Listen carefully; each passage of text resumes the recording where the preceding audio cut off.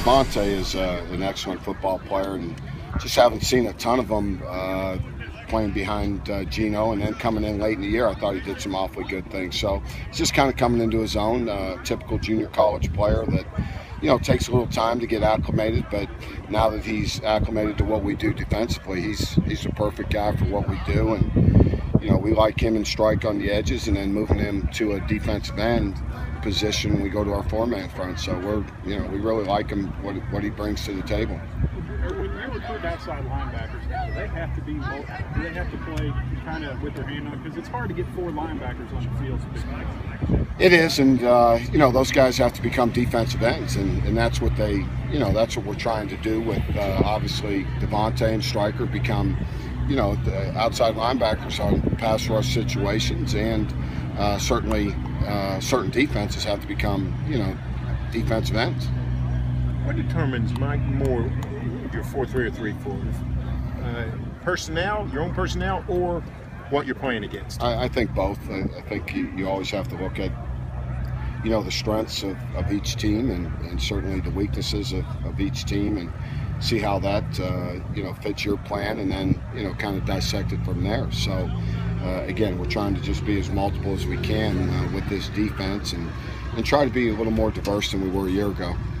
I know you said when you moved to outside linebackers, you hoped that'd give you a chance to look at the defense more as a whole. Has that worked out so far the way you hoped? It's been great. Dyron and Kerry have done you know, great jobs, and, you know, consolidating our secondary, I said, was something we needed to do, and Kerry's done a good job. And Dyron, we go to a four-man front, is, you know, a ton of experience. So, and then when we go to our odd front, it lets me really detail what those outside linebackers need to be looking at, and it's, you know, it's helped them and it's helped our defense. Is the communication on the back end better so far, do you think? Well, we're pleased with our first group. I thought it played, you know, really excellent football.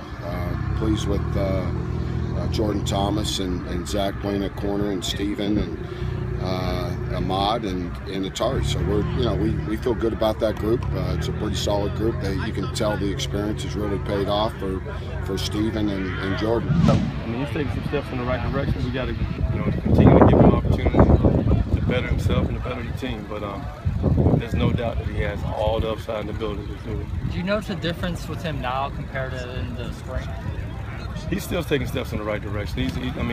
He's learning. He's comprehending. He's understanding what to look for, you know, for himself on tape. He's trying to fix it as well, but he's still taking steps in the right direction. Back to Marquise, if you don't mind. What were your impressions of him before he got here? What did you see potential-wise when you watched the tape of him at James? To tell you the truth, when the guys first got here, I didn't watch the tape on. Really? I didn't, because when they were already on the team, so I'm like, it's my job to mold them. Mm-hmm. So it really doesn't matter because they're here now. That's just the truth. I started moving on to the next. Was there a transition period with him for you because he'd been recruited by your predecessor and had a relationship with him? Did you have to rebuild that relationship at all? I mean, he's ours now, so hey, he has to live with me. It's like I got to live with him. How sharp is he mentally? Does he pick up on things that are unusual for a kid? He picks up on things really quick. Yeah. Like I said, he has the opportunity to fix things. I mean, he sees things that are wrong in the stance and whatnot. You can tell him one time, and he tends to hang on to it and he fixes it. Does his wrestling background help? I think it helps a lot. Man. Those kids that are playing inside, that have that wrestling background, know how to shift weight and, you know, change their body and whatnot and play with a low position. That's stuff that, you know, you have to teach in football, but if they already got it, you can kind of just tweak it a little bit and continue to move on. With